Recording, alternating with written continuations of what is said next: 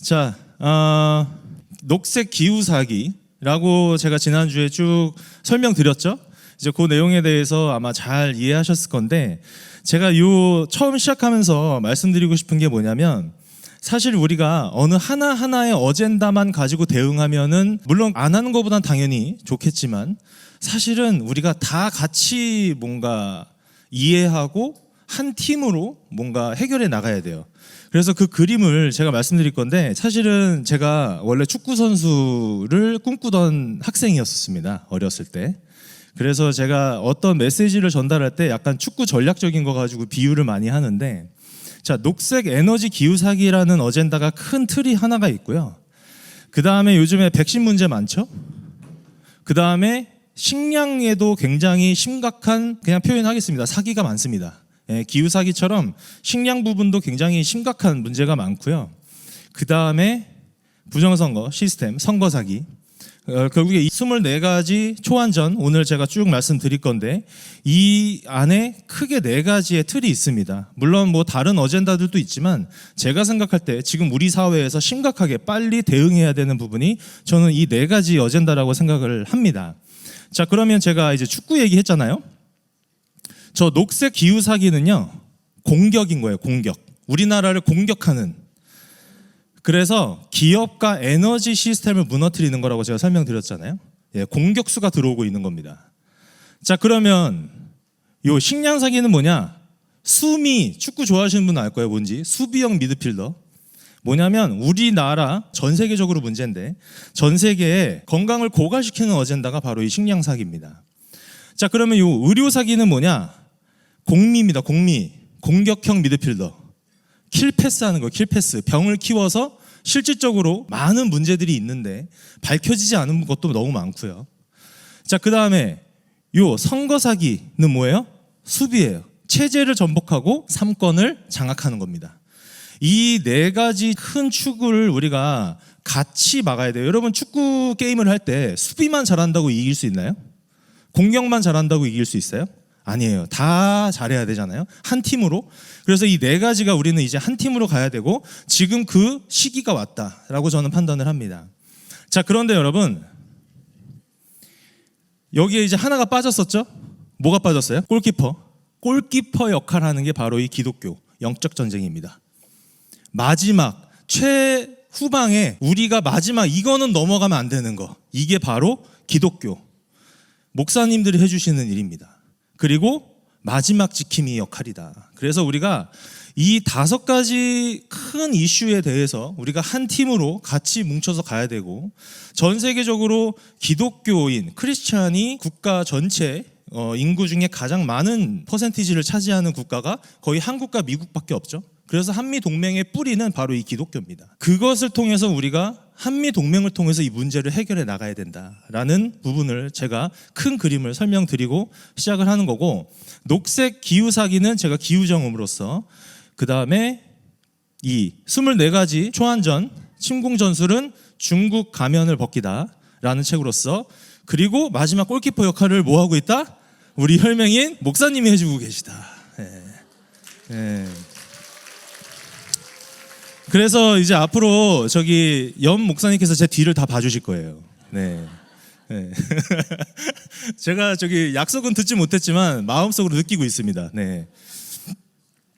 자, 그래서 제 책이 정말 감사하게도 광화문의 정치 일반 코너의 평대를 아직까지도 유지하고 있습니다. 크게 마케팅하지도 않았는데 여러분들의 도움 때문에 가능했고요. 그 다음에 여기 보시면 초한전 이지용 교수님, 에포크타임즈에서 2022년인가 23년에 출간한 건데도 아직도 베스트셀러입니다.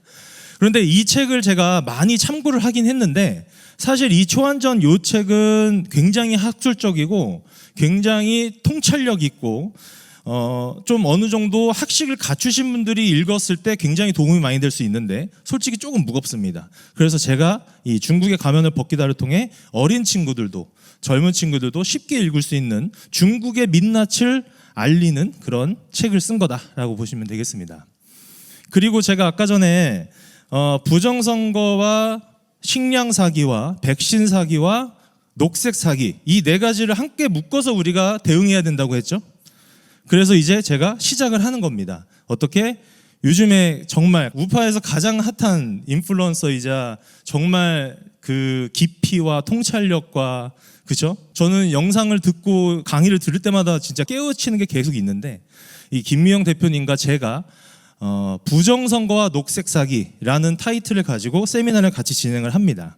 사실 여기에 이제 그 장소상의 제약으로 인해서 인원이 이제 정원이 다 차서 추가적인 인원이 이제 들어오실 수는 없는 상황이긴 한데, 이제 마감을 해서 제가 이런 앞으로 활동들을 한다라는 거를 공유드리고 싶어서 가지고 왔습니다.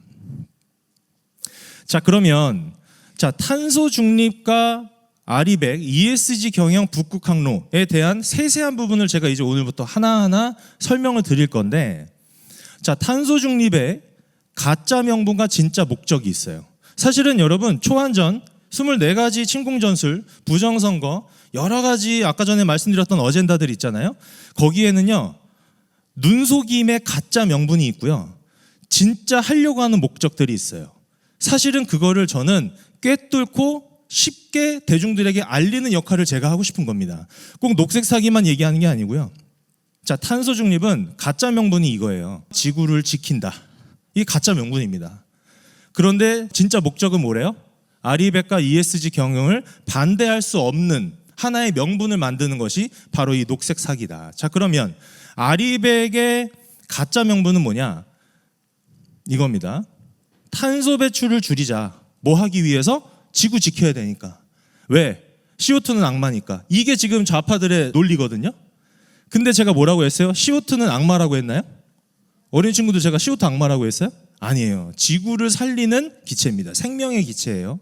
그래서 애초에 이 명분 자체가 맞지 않아요. 그럼 아리백의 목적은 뭐였다? 우리나라 에너지 시스템을 붕괴시키고 중국이 돈 버는 하나의 수단이 바로 이 아리백입니다. 그러면 이제 ESG는 뭐냐? 소액주주 여러분 지켜드리겠습니다. 여러분을 어떻게? 착한 기업 만들어서 제가 소액주주 여러분들을 지켜드리겠습니다. 누가? 정부가. 그게 바로 이 ESG입니다. 그러면 진짜 목적은 뭐다? 진짜 목적은 기업의 의결권을 빼앗아가는.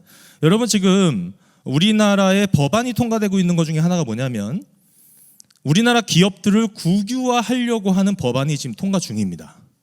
그거를 막기 위해서 국회에서 세미나 열리고 시의회에서 세미나가 열렸는데, 우리나라 국유화가 진행이 되고 있고, 실제로 그 국유화 안에 무기로 사용되는 게 바로 이 ESG입니다.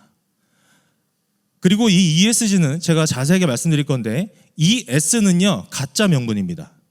많은 분들이 헷갈려 하세요. 이 S면 좋은 거 아니에요? 근데 이 S는 가짜고요. 이거는 실질적으로 하려고 만든 게 아니고요, 요 G 하려고 만든 겁니다. 그리고 이 G와 법안과 금융이 묶여서 대한민국 대기업들을 기관사모펀드, 대부분 중국 자본이죠, 가져가려고 하는 겁니다. 그렇게 넘어간 게 벤츠예요. 그 얘기 제가 이따 말씀드릴 거고. 마지막으로 북극 빙하가 녹아서 항로가 개척됩니다. 뭐였어요? 거짓과학이에요. 가짜 명분. 뭐 하는 거예요? 우리가 만들 테니까 표 주세요. 지방선거를 노리는 정치 프로젝트입니다. 아마 지방선거 끝나면 아마 북극 항로 이야기도 많이 싹 사라질 겁니다. 여러분 두고 보십시오. 북극곰 이야기 사라진 거 제가 저번에 말씀드렸죠? 그럼 똑같은 이치입니다. 그래서 제가 정말 앞으로 또 하고 싶은 부분이 뭐냐면, 정말 이 영화로 인해서 대중들이 많이 깨어났어요. 저는 이영돈 PD님과 전한길 대표님이 이 시대에 정말 많은 사람들을 깨우고 있다고 생각을 하는데, 제가 이 영화의 뒤를 이어서 뭐 하고 싶냐면, 여러분 이게 실제 영화 포스터입니다.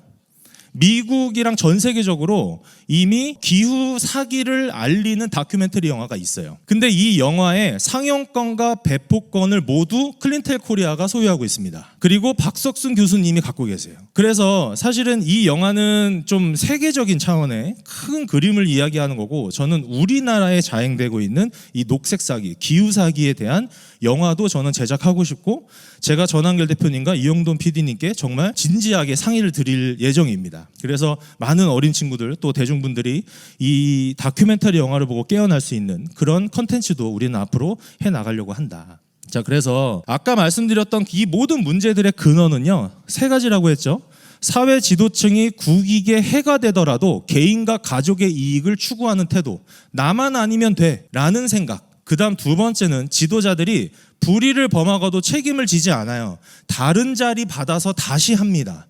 그게 우리나라에 너무 만연해요. 한번 공적인 자리에서 정말 국익에 해가 되는 큰 문제가 발생했다면 그 다음부터 공적인 어떤 명예나 공적인 권력은 가질 수 없게끔 우리 사회적 시스템이 만들어져야 됩니다. 자, 그 다음에 세 번째, 지성인 집단이 불의와 거짓을 보고도 침묵하는 상황. 굳이 뭐하러 말하냐, 이런 거. 꼭 내가 이득은 안 얻으려도 말해서 괜히 피곤할 필요가 뭐가 있냐, 이런 생각, 이런 풍토. 이 세 가지가 더해져서 지금 이런 문제가 우리나라에 발생한 거다라고 저는 생각을 합니다. 자, 그러면 제가 이제 이 사진은 뭐냐면 제 중국책의 추천사를 써주셨던 이충근 박사님을 제가 찾아뵙고 이 감사 인사를 드리던 자리였어요. 그런데 여기 딱 갔는데 제 중학교 동창이 25년 만에 여기서 갑자기 나타난 거예요. 그냥 우연히 25년 만에 만난 거예요, 졸업하고. 그래서 이렇게 만났는데 이 친구입니다. 여러분, 딱 행색이 뭔가 느낌이 다르죠? 일반인과는 좀 달라요. 이 친구가 25년 만에 만났더니 US 아미가 돼 있는 거예요. 미군이 돼요, 미군. 그래서 이때 요 영상인데 여기에 미군 장교들 막 이렇게 같이 줌 토킹하는 거고, 이 친구가 영어로 막 인터뷰하는 거예요, 이충근 박사님이랑. 이충근 박사님을 소개하는 거죠, 미군 장교들한테. 정말 대한민국의 최고의 스칼라로 하면서 영어로 얘기하는 거예요. 저도 영어 할 줄 아는데 제가 굳이 여기서 영어를 하진 않을게요. 예. 자, 그런데 이 친구가 저를 이제 알아보더니 반기는 거예요. 자, 그래서 이 친구와 제가 이제 만나서 이날 짧게 담소를 나눴죠. We go together. 미군과 한국은 함께 간다. 그것을 3번 같이 외치고 헤어졌습니다. 예. 그래서 제가 이제 미군의 인프라까지도 제가 이제 할 수 있는, 뭔가 미군과 함께 뭔가 힘을 합쳐서 할 수 있는 그런 친구도 제가 다시 만나게 됐습니다. 자, 그러면 제가 이제 이 말씀을 왜 드리냐? 사실 제가 원래 축구 선수가 꿈이라고 했었죠. 저는 원래 고향이 수원입니다. 수원에서 축구 선수였습니다. 그리고 영덕중학교 아세요? 영통에. 네, 거기에서 축구 선수였고, 축구 선수의 꿈을 접고 이제 공부를 하려고 서울로 전학을 갔어요. 서울에 전학을 갔는데 전학 간 그 해에 갑자기 그 학교에 축구부가 생긴 거예요. 근데 수원에서 축구 잘하던 놈이 왔다고 소문이 나니까 어떻게 해요? 다시 축구 해야죠 뭐. 그래서 중학교 3학년 때 서울시에서, 그러니까 4강까지 갔어요. 그 첫 대회에서. 그리고 거기에서 득점왕까지 했어요, 제가. 지금 키가 중학교 3학년 키입니다. 예. 이때는 피지컬이 어마어마했어요. 지금은 요렇게 어마어마한데 저 때는 요렇게 어마어마했어요. 예. 자, 근데 제가 오늘 이거를 왜 말씀드리냐면, 제가 이 지네딘 지단 선수를 축구 선수로 가장 좋아하는데, 이 선수의 요 카드를 제가 초등학교 5학년 때 선물을 저희 코치님한테 받았어요. 그리고 축구 선수의 꿈을 키웠고 지금도 간직을 합니다. 이따가 우리나라에서 지금 현재 최고의 선수, 바이에른 뮌헨에서 뛰고 있는 김민재 선수의 요 축구 카드를 그 다음에 이렇게 등급 받았고 안 받았고가 엄청 달라요. 아시는 분들 아시겠지만 등급받은 카드를 제가 축구를 좋아하는 친구들을 위해서 제가 또 준비해왔고, 또 다른 좋은 선물들도 있어요. 축구 별로 안 좋아하는데 막 표정 안 좋아지고 있거든요 지금. 네. 다른 좋은 선물도 많습니다. 자, 그리고 제가 고등학교 1학년 때 유학을 갑니다. 고1 때 이제 미국의 애리조나라고 하는 주에 가서 정말 이런 푸른 잔디에서 운동하면서 공부하면서 영어 배우면서 이제 미국 친구들 사귀면서 이렇게 살았어요. 그리고 미국 가서도 축구를 했죠. 이때 애리조나 주에서 1등이었습니다. 제일 잘했어요. 네. 이때도 키가 컸죠. 이 친구가 한 190인가 그래요. 자, 그리고 이제 애리조나 주에서 대표팀도 뽑히고 뭐 이렇게 활동을 했었습니다. 그런데 이때 코치님이 너 공부하지 말고 축구로 미국에서 대학교 가라. 축구 특기생으로. 근데 축구 특기생으로 대학교를 별로 가고 싶지가 않았어요. 그래서 저는 수학반에 들어가서, 이 친구들이 미국 올림피아드에서 3등한 팀입니다. 이 친구가 제 베스트 프렌드였는데 천재예요, 천재. 프린스턴 대학교 갔고, 네, 천재입니다. 네, 지금과 얼굴이 크게 다르지 않죠? 예. 그때는 운동을 했었고, 예. 그랬습니다. 그래서 제가 이렇게 미시건 대학교에 갔습니다. 이게 빅하우스라고 해서 미국에서도 굉장히 유명한 스테디움이에요. 대학교 스테디움인데 12만 명을 수용합니다. 그리고 미식 축구 경기가 열리면 진짜 12만 몇천 명이 다 꽉 찹니다. 그리고 그 12만 명이 소리를 지르잖아요. 응원할 때. 그 응원할 때 그 울림이 진짜 이 가슴속까지 들어오거든요. 정말 나중에 기회가 되신다면 이 스테디움은 꼭 한번 경험해 보시기를 추천드립니다. 그리고 제가 졸업하면서 실제 제 커맨스먼트였어요. 제 졸업식. 현직 대통령이었습니다. 제가 지금은 별로 그렇게 좋아하지는 않는데 이 오바마라고 하는 대통령이 그 당시 현직 대통령이었고 제가 여기 어딘가 앉아 있을 거예요. 예, 여기 언젠가 앉아 있을 거고 이분이 오실 때 헬기 6대가 내려오면서 딱 가라앉아요. 왜? 격추되면 안 되니까. 헬기 6대 중에 어느 헬기에 대통령이 타고 있는지 몰라요. 일부러 그렇게 오는 거예요. 내려서 하는데 제가 이 슬라이드 왜 보여드리냐면 제 소개도 간단하게 좀 아이스 브레이킹으로 말씀드릴 겸 말씀드리면서 이때 정말 대통령이 딱 들어오시는데 이 안에 8만 명이었거든요. 졸업생은 8천 명이었고 축하해주러 오는 가족들이 있지 않겠습니까? 한 8만 명이 기립해서 다 같이 박수를 치는데 한 20분 동안 안 앉고 계속 박수 치는 거예요. 저는 그런 문화, 그러니까 내가 정치적인 성향이 다르더라도 어쨌든 국가의 대통령이라면 그거에 대한 대우를 해주는 그런 문화가 저는 굉장히 미국의 그 문화와 미국의 어떤 그 정신 이런 게 저는 굉장히 좋았습니다. 지금은 제가 별로 좋아하진 않습니다. 네, 이분을. 네. 근데 이제 제가 미국에 대한 이야기를 계속 하는 이유가 사실 우리나라 이 문제 있잖아요. 미국과 함께 펼쳐 나가긴 해야 되는데 이제 뭐가 중요하냐? 미국만 기다려서는 안 됩니다. 미국은 협상의 달인이잖아요. 그 전 정권 대비 가장 협상의 정말 최고봉인 인물이고 물론 정말 좋은 어젠다와 좋은 정책을 통해서 지금 많이 무찔러주고 있긴 하지만 어쨌든 국가와 국가 간의 협상과 외교라는 개념은 주고받고가 있는 거예요. 자, 그런데 제가 미국만 바라면 안 된다는 의미는 뭐냐면 우리나라 하나도 준비 안 돼 있는 상태에서 미국이 뭘 도와주길 바라면 우리가 그만큼 뭐 해야 돼요? 많이 줘야 됩니다. 뭔가 많이 줘야 돼요. 그런데 정말 이승만 대통령께서 대통령이실 때는 우리나라에 사실상 준비가 많이 안 돼 있는 상태였고 그때와 지금은 어때요? 국력도 다르고 환경도 다르고 우리나라의 위상이 달라졌잖아요. 제가 요즘에 많이 듣는 질문 중에 하나가 아니 기후위기 이거 한국에서 이거 해결하려면 너무 힘든데 이미 많이 변하고 있는 미국과 유럽을 통해서 바꿔오면 훨씬 빠르지 않나요? 해요. 그러니까 역수입해 오는 거죠. 오히려 유럽이랑 미국에 나가서 제가 이렇게 한국에서 활동하는 게 아니라 제가 어쨌든 클린텔이라고 하는 국제기구고 거기에 전 세계적으로 유명한 기후학자들이 많이 계세요. 거기에 가서 거기에 사람들을 설득해서 한국으로 다시 들어와서 뭔가 정책 기반자들을 직접적으로 만나면서 바꿔나가는 게 훨씬 효과적이고 빠르지 않습니까? 라는 질문을 전문가들한테 많이 들어요. 맞습니다. 제가 여러분들 만나고 정말 많은 대중들을 만나서 이 기후사기를 알려서 이 여론을 바꿔서 이 문제를 해결해 나가는 길보다 정말 해외의 많은 석학들과 함께 힘을 연대해서 대한민국의 정책 기반자들을 바꿔나가는 그 방법이 더 빠르고 효과적일 수는 있습니다. 근데 제가 그분한테 이렇게 얘기합니다. 조금만 더 시간을 줘보십시오. 우선 한국에서 바꿔나가서 세계의 그런 석학들을 그런 파워를 우리나라가 준비되어 있는 상태에서 모시고 와야 우리가 국가적인 위상이 흔들리지 않습니다. 사실은 제가 우리나라 하나도 준비 안 돼 있고 많이 모르시니까 가서 바꿔주세요. 가서 호소하면 뭔 일이 발생하는 거예요? 우리나라 국가 망신, 국제적인 망신이 되는 겁니다. 전 세계는 지금 다 깨어났거든요. 우리나라만 녹색 사기에서 지금 못 깨어나고 있습니다. 일본만 해도 깨어났고요.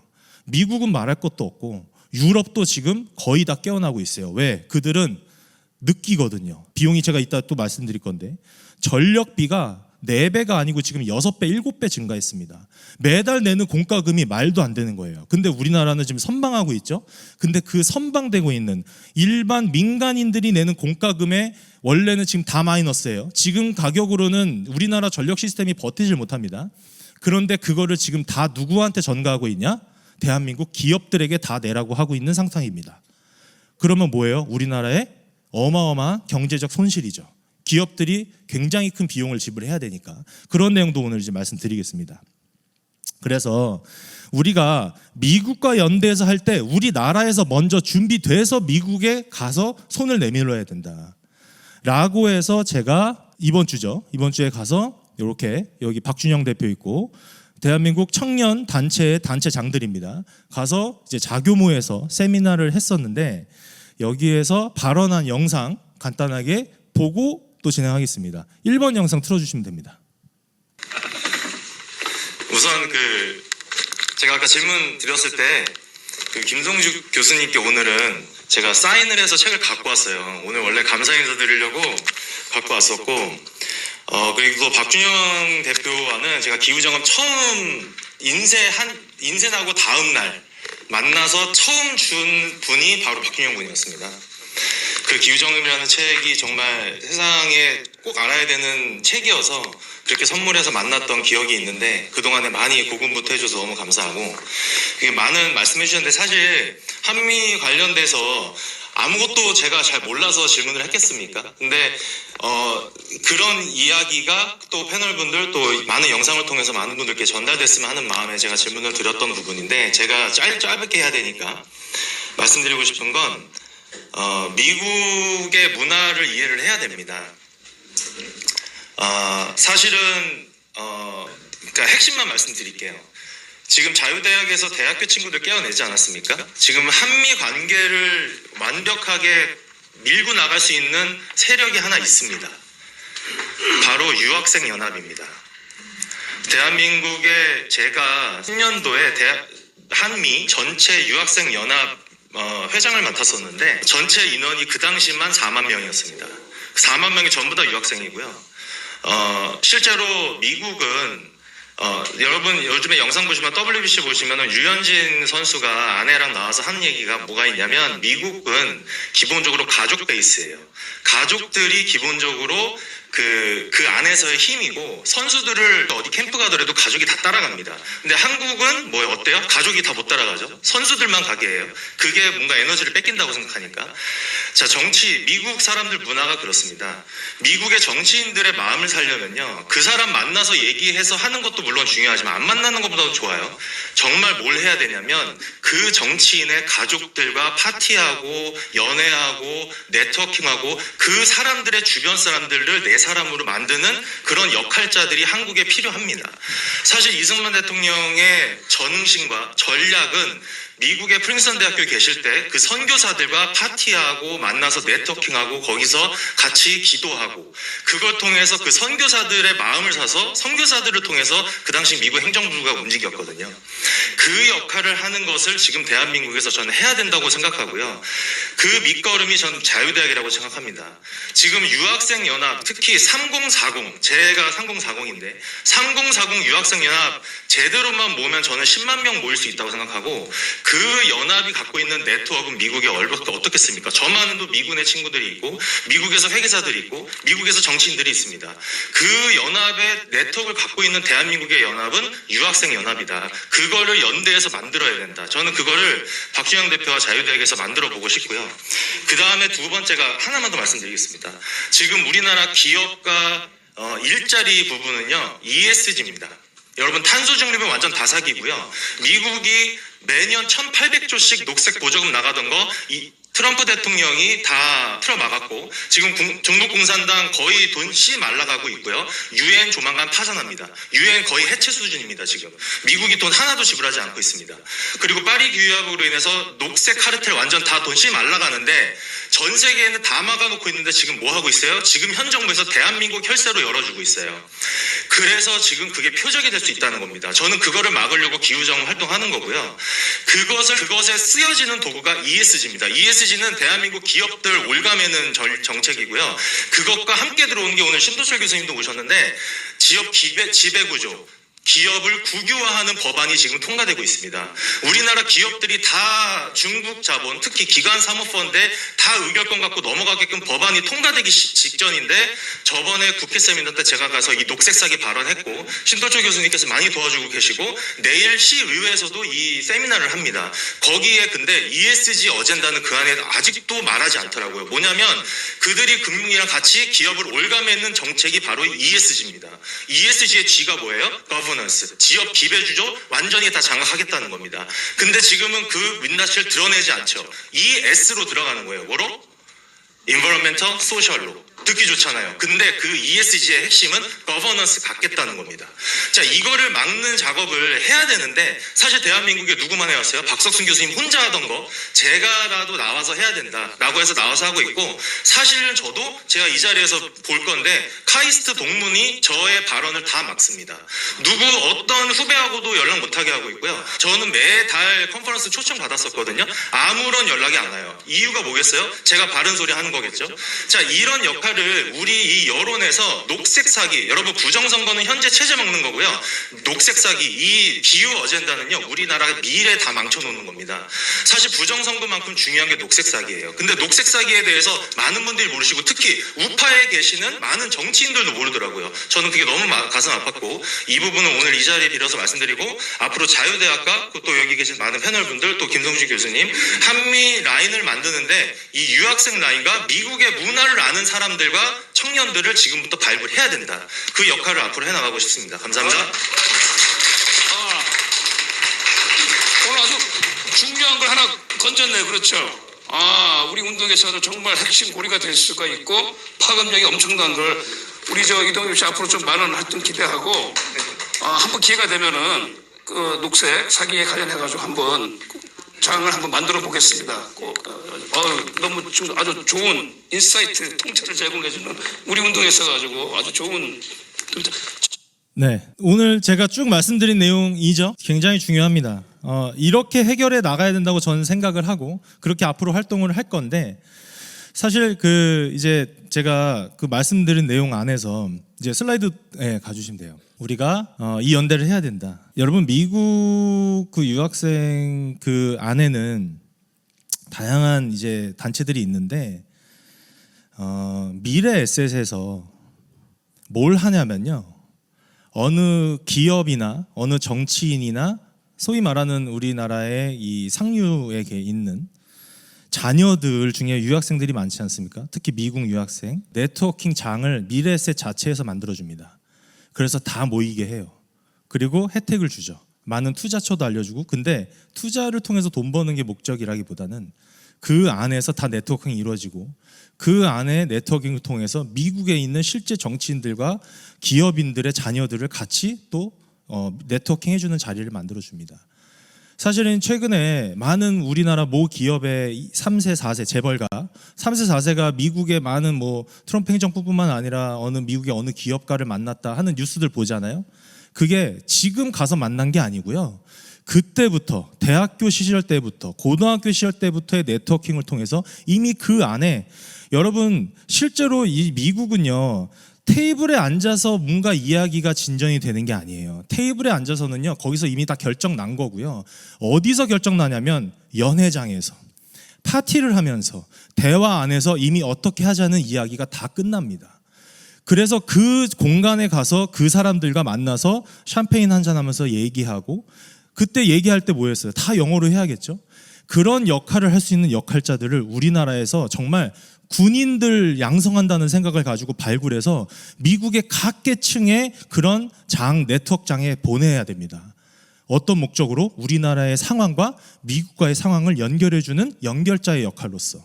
저는 그 안에 역할을 해줄 수 있는 사람들이 어디에 있다고 생각하냐? 바로 이 유학생 연합 안에 어마어마한 인재들과 어마어마한 앞으로의 청년 그 리더들이 있다고 생각합니다. 그래서 그런 일을 앞으로 우리가 해야 될 것 같다. 자, 그 다음에 두 번째는 뭐냐면요. 아이들을 저는 뛰어놀게 하자예요. 저는 모르겠습니다. 제가 학부모가 아직은 아니어서 제가 다시 한번 소개드리지만 저는 아직 미혼입니다. 근데 아이들을 뛰어놀게 하자, 기초학문과 과학, 수학, 어학을 공부하게 하자, 그리고 인생에 저는 이것만 바꿔도 우리나라 교육 시스템의 사교육 부분 많은 부분이 해결될 수 있다고 봅니다. 뭐냐면 여러분 10몇 년 동안 아이들이 공부해서 마지막에 대학교를 가기 위해서 치는 그 시험 있죠. 저는 그 시험을 왜 1년에 딱 한 번밖에 없는지 저는 이해를 할 수가 없습니다. 왜 한 방이어야 되죠? 왜 1년에 한 번밖에 안 하죠? 미국은 1년에 매달 한 달만 쉬고 11번 칩니다. 그 중에 자기가 골라서 치는 거예요. 저만 해도 SAT라고 하죠, 미국이. SAT를 3번 쳤어요. 그리고 그 3번 중에서요, 과목마다 제일 좋은 점수를 인정해 줍니다, 대학교에서. 그러니까 내가 어느 하나 좀 망쳤어도 그 다음에 또 기회가 있는 거예요, 한두 달 후에. 근데 우리나라는 뭐 하고 있어요? 한 번에 다 끝내야 돼요. 왜 그래야 돼요? 저는 꼭 11번이 아니어도요, 한 3번, 4번 정도 분기별로 한 번씩이라든지 하면 아이들이 자기의 모든 능력을 다 발휘해서 그 결과에 대한 마지막 평가가 이루어질 수 있다라고 저는 생각합니다. 사실 수능 시험을 다수 응시 가능할 수 있는 시스템으로 전환만 돼도요, 우리나라 사교육 부분, 교육 부분은 굉장히 많이 달라질 수 있습니다. 저 이거 그전부터 교육감 어디 뭐 세미나 한다 가서 계속 발언했거든요. 너무 답답합니다. 예. 그리고 뭐 다른 문제들도 있지만 제가 오늘 교육 얘기하자는 건 아니었으니까 요것만 바뀌어도 굉장히 크게 변화할 수 있다. 아이들이 정말 편해질 수 있다라는 겁니다. 자, 그래서 트럼프의 녹색 사기를 막는 정책에 대해서 이제 다시 한번 진지 모드로 가보도록 하겠습니다. 자, 미국 유엔 산하 66개국을 탈퇴를 했어요. 그중에 UNFCCC, 여기가 전체를 다 총괄하는 협의체입니다. 그리고 UNIPCC는 뭐예요? 데이터를 생산해내는 본진이고요. 그 다음에 UNIRENA라고 있어요. 여기는 재생에너지 국제협력이에요. 여기 지금 다 탈퇴한 거예요, 미국이. 그 다음에 UNEP, 유명하죠? 환경계획. 그 다음에 UNDP, 개발계획 다 탈퇴했습니다. 그 다음에 UN, 식량농업기구, FAO도 탈퇴했어요. 자, 여러분, 기후사기와 식량사기는 하나로 연결이 됩니다. 그리고 축산 사기도 있어요. 소가 방귀 뀌는 걸로 기후 위기가 일어난다. 완전 말도 안 되는 코미디입니다. 네, 그런 것들. 그 다음에 세계 기상 기후 당연히 탈퇴했고요. 그 다음에 교육, 과학, 문화, 유네스코도 탈퇴했습니다. 유네스코 심각합니다. 그 다음에 보건기구, 이건 뭐예요? 백신 문제 탈퇴했습니다. 그 다음에 UN 헤비타트, 이것도 완전 사기입니다. 네, 탈퇴했습니다. 그 다음에 15년 전 이동엽 같이 탄소 중립 전도사들을 키워내는 UN 대학도 탈퇴했습니다. 지원 안 합니다. 장학금 같은 거 없고요. 네, 이제 UN은 곧 파산합니다. 그리고 재생에너지 70%와 그 다음에 정작 중국은 석탄 발전을 전 세계 신설되는 양의 83%, 원자력은 50%. 그래서 실제로 본인들은 싸게 전력 만들어서 터빈과 태양광 패널 만들고 그걸로 선진국들은 에너지 시스템이 붕괴되거나 가격이 치솟고 있다라는 부분이었어요. 자, 그러면 이제 여기가 사실은 녹색 사기, 우리나라에 벌어지는 것의 큰 축 중에 가장 큰 부분입니다. 자, 여기서 이제 하나하나 설명드려보겠습니다. 자, 이게 각 국의 산업전력, 도매 비중, 그 다음에 가정전력, 소매 비중, 산업전력요금, 가정전력요금입니다. 자, 여기서 퀴즈는 아닌데 뭔가 이상하다라는 거를 발견하신 분 혹시 계십니까? 여기 이 전체 테이블 안에서 되게 이상한데요? 하나 딱 있어요. 하나 딱. 진짜 이상한 거. 뭘까요? 이거 맞추시는 분은 저와 이따 사진을 찍을 수 있는 영광을 드리겠습니다. 아, 네. 네. 네. 역전돼 있다. 네, 요게 더 비싸다. 그죠? 가정전력보다. 예, 정답입니다. 자, 뭐예요? 자, 보세요. 산업전력요금은 뭐라고 써요? 도매가라고 했죠. 도매. 기업은 많이 갖다 쓰니까 한 번에. 가정전력요금은 소매가예요. 그래서 다른 나라 보면 미국은 108원, 200원, 190원, 260원 다 도매가가 다 저렴하죠. 이게 너무 당연한 이치예요. 경제적인 기본적인 관점에서. 그 다음에 소매가가 당연히 비싼 거예요. 근데 우리나라는 뭐 하고 있어요? 소매가가 더 싸요. 기업한테 더 많이 내라고 하고 있어요. 그런데 여기서 더 심각한 건, 자, 그래서 이렇게 표시를 하고, 자, 근데 또 더 심각한 건 산업 전력 비중입니다. 미국, 일본, 독일, 영국, 프랑스. 자, 독일이나 일본처럼 제조업이 또 많이 발전된 나라는 어쨌든 가정 소비력보다는 도매 전력 소비량이 더 많죠. 퍼센티지가. 미국은 근데 가정 전력이 더 많이 써요. 네. 부가가치가 큰 산업이 훨씬 더 많이 발달해 있으니까 미국은. 그 다음에 영국이나 프랑스도 마찬가지죠. 자, 그런데 큰 차이는 없어요. 자, 근데 우리나라는 어때요? 이 차이가 거의 4배 차이죠. 기업이 4배나 더 많이 써요.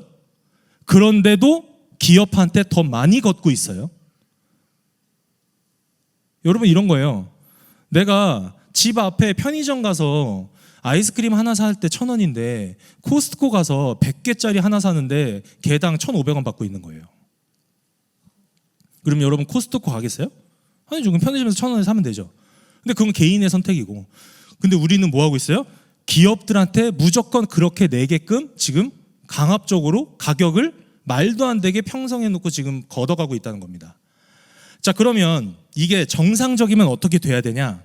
정상이라면 요 퍼센티지 다 따져서 제가 대략적으로 한 거예요. 또 나중에 시간 지나서 또 이 영상 보시고 누군가가 이거 이상한데요, 135원이어야 되는 것 같은데요, 이러면서 이제 딴지 걸 수도 있어요. 근데 제가 대략적으로 계산했을 때 정상은 우리나라 140원대여야 되고요, 민간 가정 전력 요금은 380원 정도가 돼야 됩니다. 자, 그러면 이제 여러분, 만약에 여러분이 매달 내는 전기료가 지금의 2배에서 2.5배씩 내야 되는 게 갑자기 발생되면 여러분 어떠실 것 같아요? 여론이 나쁘겠죠? 그 여론 나쁘는 거 막으려고 뭐 하고 있다? 기업한테 돈 다 내라고 하고 있는 겁니다. 이게 4배 차잖아요. 그러니까 여기서 50원 차가 여기서는 200원 차가 나는 겁니다. 그만큼 기업이 많이 쓰니까. 물론 이런 식으로 계산되진 않아요. 정확하게 계산하면. 근데 제가 대략적으로 여러분께 설명드리려고 말씀드리는 겁니다. 자, 그 다음에 그러면 이제 제가 이것만 말씀드리려고 하는 게 아니라 뭘 해야 되냐? 재생에너지를 만약에 폐지시키고 거기에 들어가는 모든 보조금을 우리나라 국가 전력망, 특히 원자력 에너지와 화석연료의 그 보조금을 어느 정도 충당하기 시작하면 우리나라 국가 에너지 비용은 약 100원, 그 다음에 가정전력은 220원까지 우리는 방어할 수 있습니다. 자, 그러면 지금 우리가 내는 것보다 한 1.2배에서 1.3배 정도는 더 내겠죠? 근데 기업 전력이 100원대가 되면 여러분 무슨 일이 발생할 수 있냐? 100원이 되면 누구보다 싸요? 미국보다 싸죠? 여러분, 여기서 미국이 정말 강대국이라는 이야기가 어디서 나오는 거냐면 미국은 산업전력이 많이 써요? 가정전력이 많이 써요? 가정전력이 많이 쓰죠. 그런데도 산업전력이 어때요? 완전히 싸게 주죠, 기업들한테. 기업 친화 정책을 지금 펼치고 있는 겁니다.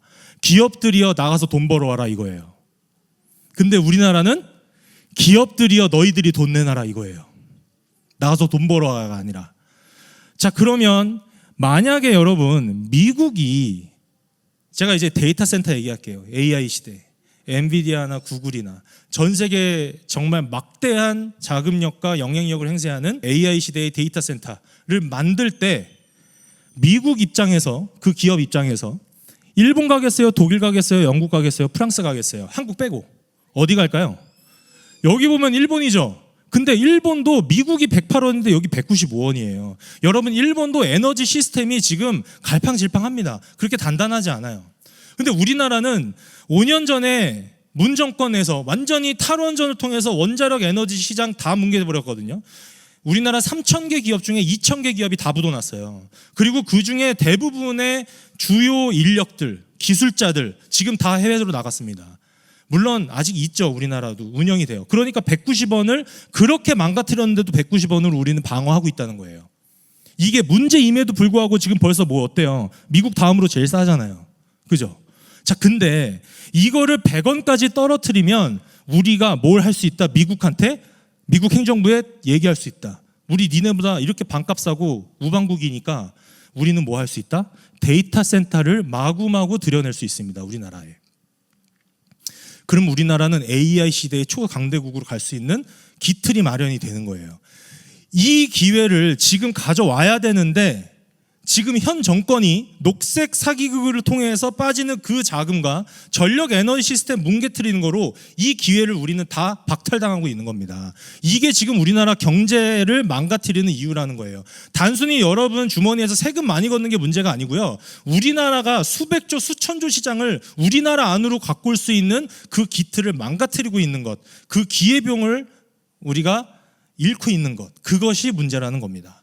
저는 이 슬라이드가 오늘의 핵심입니다. 이것만 여론이 알잖아요. 여러분 어때요? 분하지 않아요? 이상하게 내 세금 줘서 이상한 데다가 보조금 줄 바엔 그 돈으로 우리나라 에너지 시스템 100원까지 내리고 더 튼튼하게 만들고 그걸 통해서 이런 데이터 센터가 막 들어오면 우리나라 일자리도 만들어지고 그걸 통해 전 세계 AI 시대에 우리나라는 하나의 허브가 되는 겁니다. 자, 그런 일들을 우리가 앞으로 해나가야 된다. 자, 그러면 이제 ESG 얘기해 보겠습니다. 제가 살짝 흥분했습니다. 살짝 열받아가지고. 네.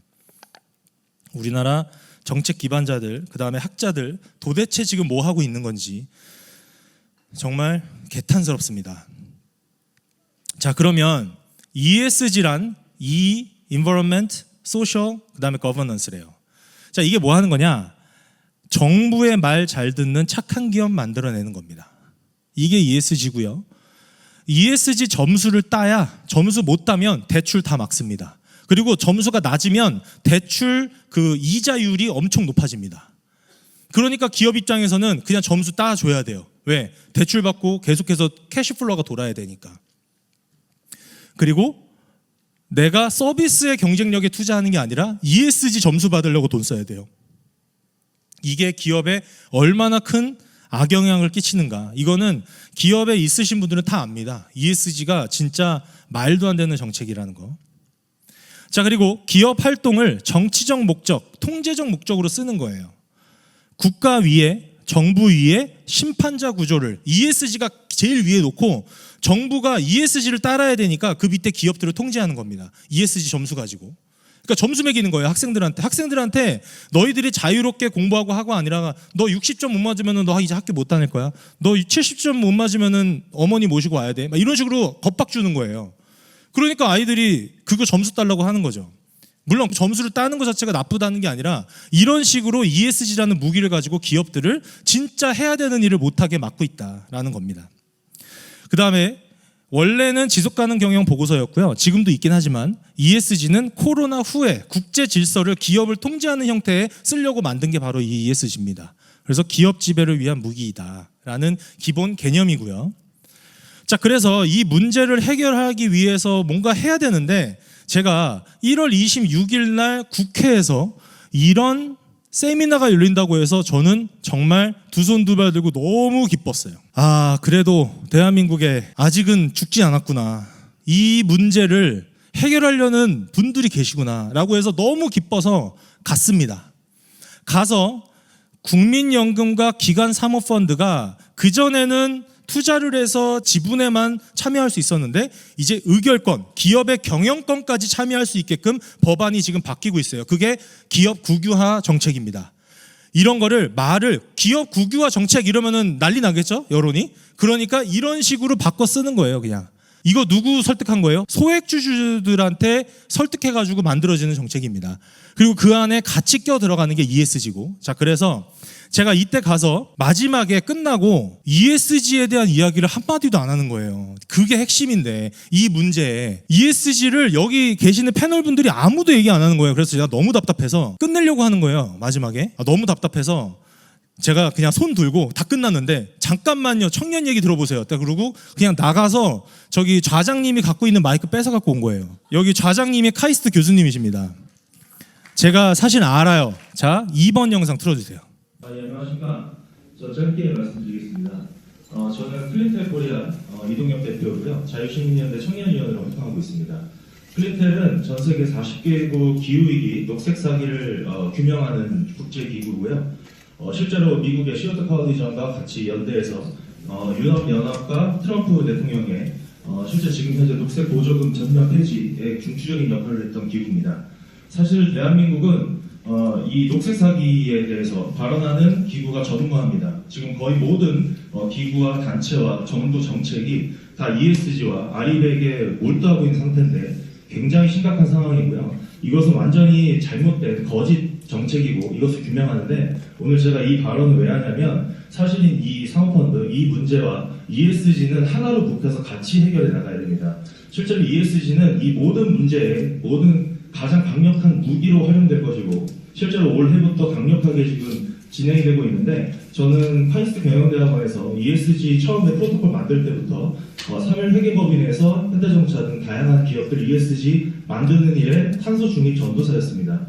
그런데 제가 5년 전에 박석순 교수님과 함께 여러 가지 활동을 하면서 이 모든 사기극을 알게 되고 이것을 완전히 규탄시키자 없애야 된다는 일을 하고 싶은데 오늘 제가 너무 기분이 좋은 게 이런 일을 함께 할 수 있는 이런 장이 만들어졌다는 게 저는 너무 기분이 좋고요. 실제로 우리나라 과학계, 기후학계 특히 이런 양심선언하는 학자들 단 한 명도 없는데 거기에 박석순 교수님 혼자서 7년 넘게 싸우시는데 제가 좀 나서서 이 문제를 앞으로 해결해 나가야겠다 생각을 했습니다. 그래서 제가 오늘 좀 말씀드리고 싶은 건 이 문제 ESG와 RE100과 탄소 중립의 허구성 이를 같이 해서 우리가 뭔가 활동을 했으면 좋겠고요. 실제로 트럼프 정권은 녹색 해지했죠. 그리고 녹색 기후기금도 발표했습니다. 그 다음에 UN 66개 기구 중에 35개 기구가 기후 관련된 어젠다를 운영하는 기구였습니다. 실제로 이 모든 메시지는 전 세계에 녹색 사기극에서 빠져나오지 않은 그 국가는 망한다는 것을 메시지를 전하는데 대한민국만 지금 여기에 딱 옥죄서 아무런 활동도 못하고 있습니다. 그리고 이 모든 정책은 중국이 배후에 있고요. 이것을 우리는 해결해 나가야 되는데 제가 오늘 정말 말씀드리고 싶은 건 오늘 여기서 이 자리에서 끝나는 게 아니라 오늘이 시작이 되었으면 좋겠고 이것을 통해서 우리 환경기구 클린턴 코리아와 함께 이 모든 ESG라고 하는 이 무기를 무력화시키는데 우리 같이 함께 했으면 좋겠습니다.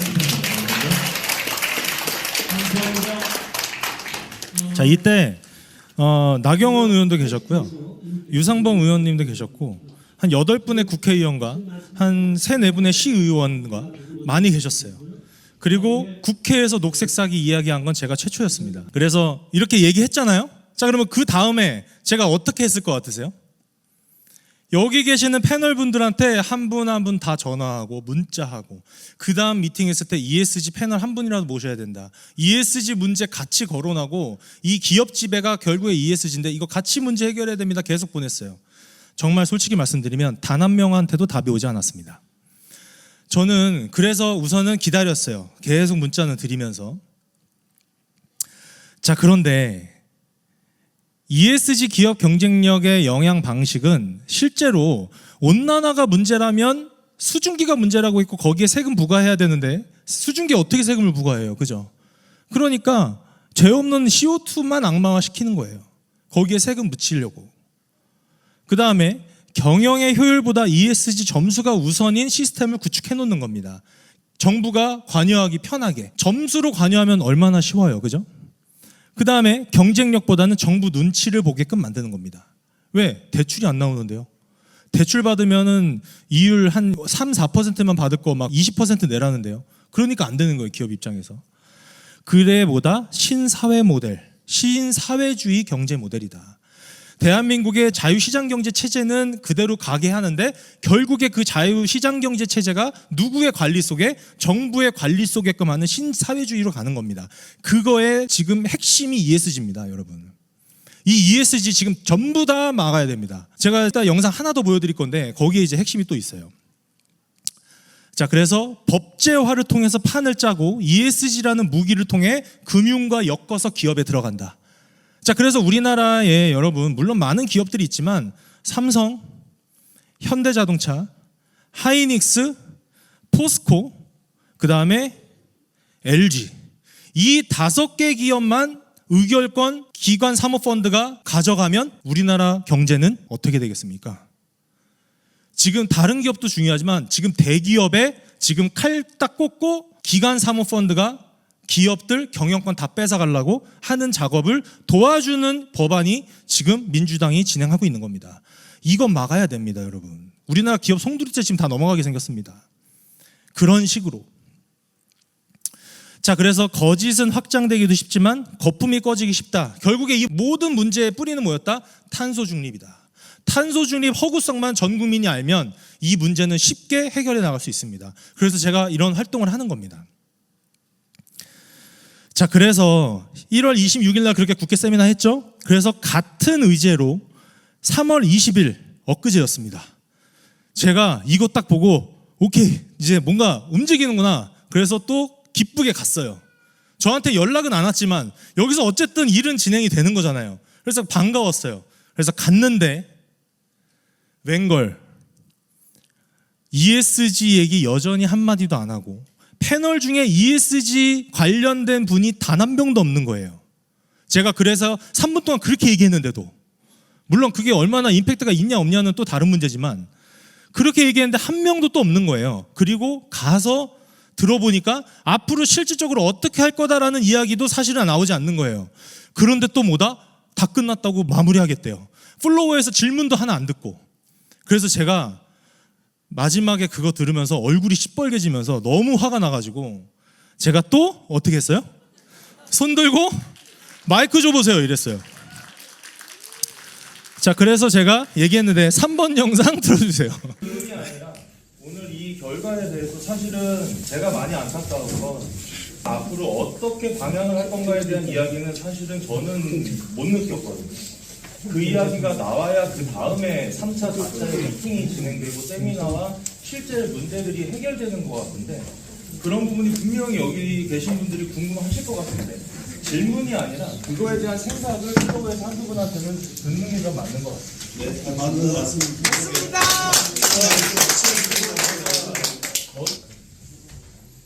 네, 저 빨리 진행하겠습니다.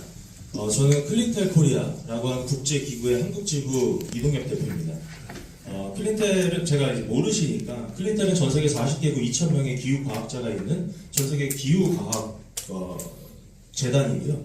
트럼프 대통령이 후원하고 있는 CO2 코알리전 미국의 그 두 개 기구가 녹색 사기를 규명했고 실제로 UN IPCC 전체 66개 기구 탈퇴에 막대한 영향을 줬던 기구 중에 하나입니다.